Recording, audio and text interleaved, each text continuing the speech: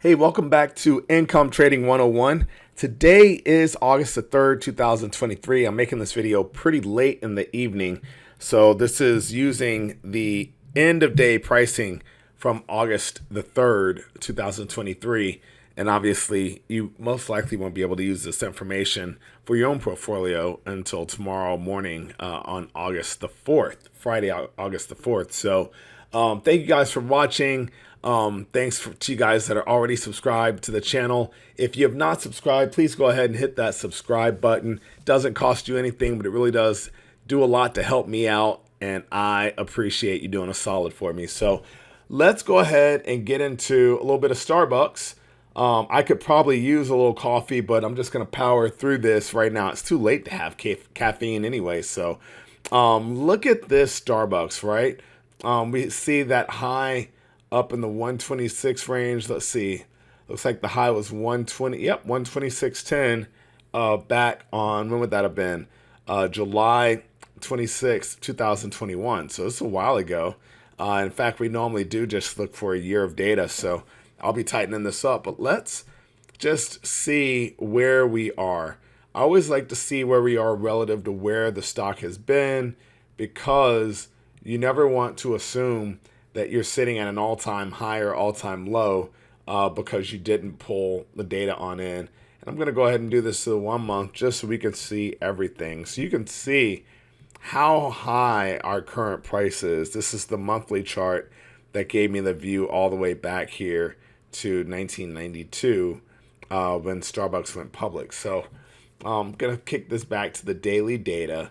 We're going to go back to our current time frame. In fact, like I said, I'm going to stick with roughly a year of information. It's not a bad year. Look at that. Nice little up move there. We've gotten a pullback right now. But let's go ahead and do a little bit of analysis. We're going to start off with that moving average. I always use just a simple gets it done. I'm going to use 3 of them though. Just always remember that in trading, things are relative. They have value relative to something else.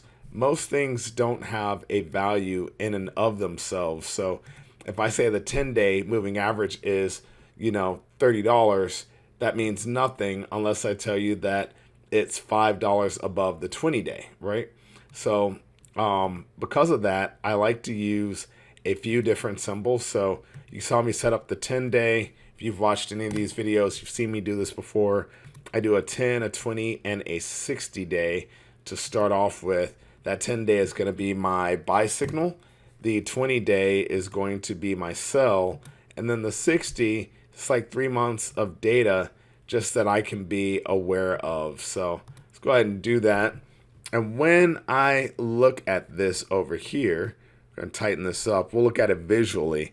You can see Starbucks actually just went bullish according to my standards. For it to be bullish, you need to have the 10-day above the 20, above the 60, and you can look at the data up in this left-hand corner. But for today, August the 3rd, everything finished in line. The 10-day is $101.96. 20 is $101.18, and the 60 is 100.93. That is the bullish trifecta right there. They're all in line. Let's check it against other time frames. So the first thing I want to do is look at the 1 week. And at the 1 week, we've got some consolidation because the 20 is more than $2 above the 10. Both of them are above the 60. Let's take a look at the monthly.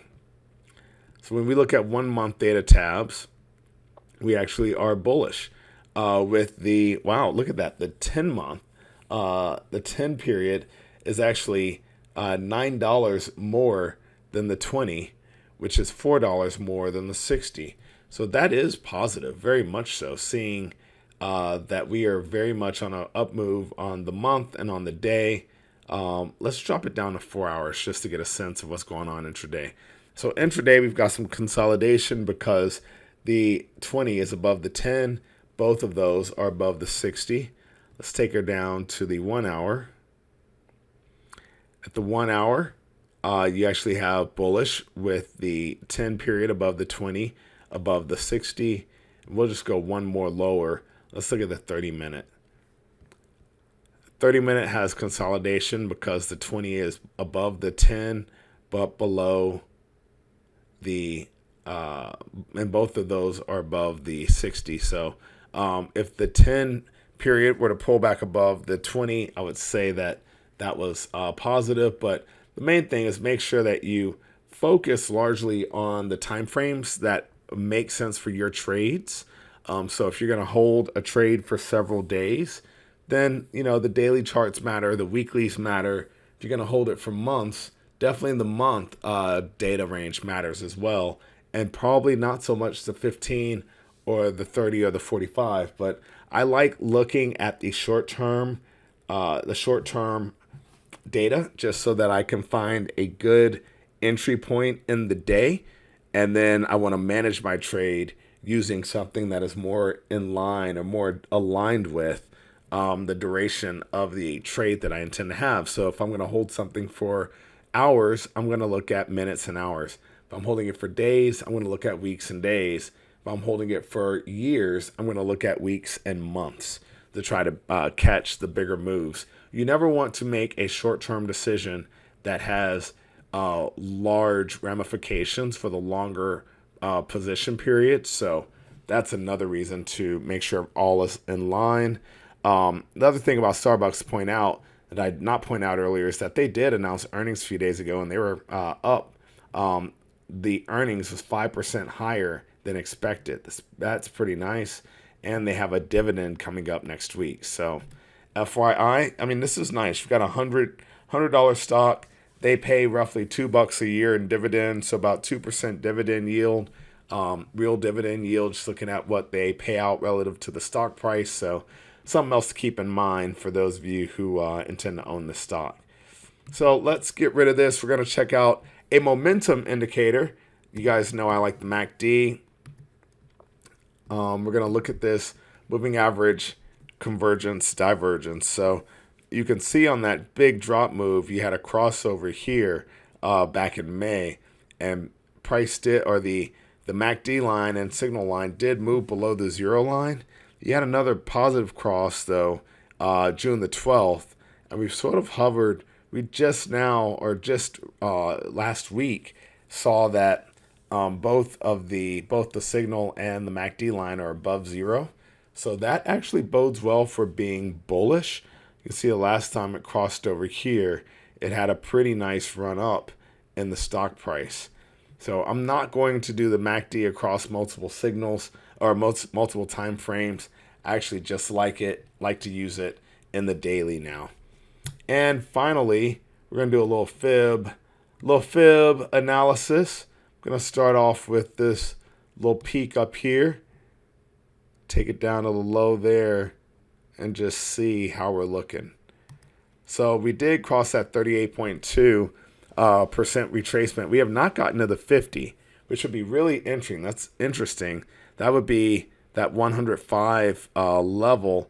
And what would be interesting about that is you can see over here in March, over here in February, and then back in this time frame in December, in January, early January, you can see that price area has some significance because it's played both resistance and support. So I could see us in Starbucks very easily. I could see us getting back another $3 higher to this 105, close to 106 area. I also want to just play with more data because I think that is really important. And also to just take a look at what's happened. So we're going to do a fib analysis one last time of this move here. I want to pull that on around. So this is the larger big move that we've seen more recently. You've got current stock price sitting at that 61.8% level. That level was resistance there, support here, support here, support here. Very interesting. Once again, that's 104.38. The last one we looked at, I was looking at around $105. So I'd say that 105 to 106 area could be a very interesting thing. I think that this stock is going to get pulled. It's almost going to be pulled up like a magnet to that area. I'd be very surprised if it doesn't. And of course, we've got, I like to draw on a few channels here. We're going to go ahead and do that here because, this stock has really had a nice up move. And of course, it's not going to let me do it. So let's do this here. If at first you don't succeed, try again, right? I'm sure you guys have heard that. And when I draw these channels out, my actual goal is simply to get most of the data points. It doesn't have to get all of them because this isn't exact. This is more a look at where we are, where we're going, possibly. So the good thing, or what's interesting about where we're sitting right now, even though you saw this drop here and we moved higher, this drop here this is out of context, right? So we'll see what's going to happen if whether or not this stock is going to really pop or not. But let's see if I can move that up just a little bit.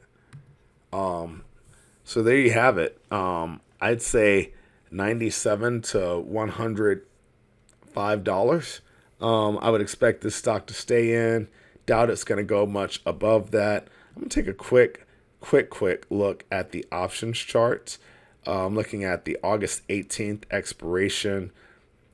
Below the 97 range, we're really not getting anything too worthwhile. And above 105, again, not getting anything too worthwhile. Although, you could come out here and pay, roughly 20 cents for that 105, 106 call spread and see if we end up getting it. But that is more of a gamble. I tend to be more wired towards buying things that already have intrinsic value. So like this 101, 102, both options are in the money. If I were to just lift the bid-ask spread, I'd be paying 65 cents. They're estimating I could probably get it done for 60 cents over here. I think I've told you guys, this is actually the first time that I've looked at an options trade on this channel because I normally am just talking about technical analysis, but I'm an options guy. So I use my technical analysis not to just trade the stock, but I use it to put on option trades. And I love buying in the money spreads, selling out of the money spreads. And if it's worthwhile, I might take a shot, a longer term shot on that, what do you call it? Like a 105, 106 call spread, or maybe even a 104. I'd probably go a little further out though, just to give it a little more time. I don't want it to be $100 spread though. Let's see, September 1, 105, 106, 30 cents. There you go, 30 cents, and I'd have, 3.5 weeks to see this thing, really almost 4 weeks to see this thing through, see it make some money or not. If it made money, I'm making 70 cents on 30 cents of investment. It's 2.5 times my money.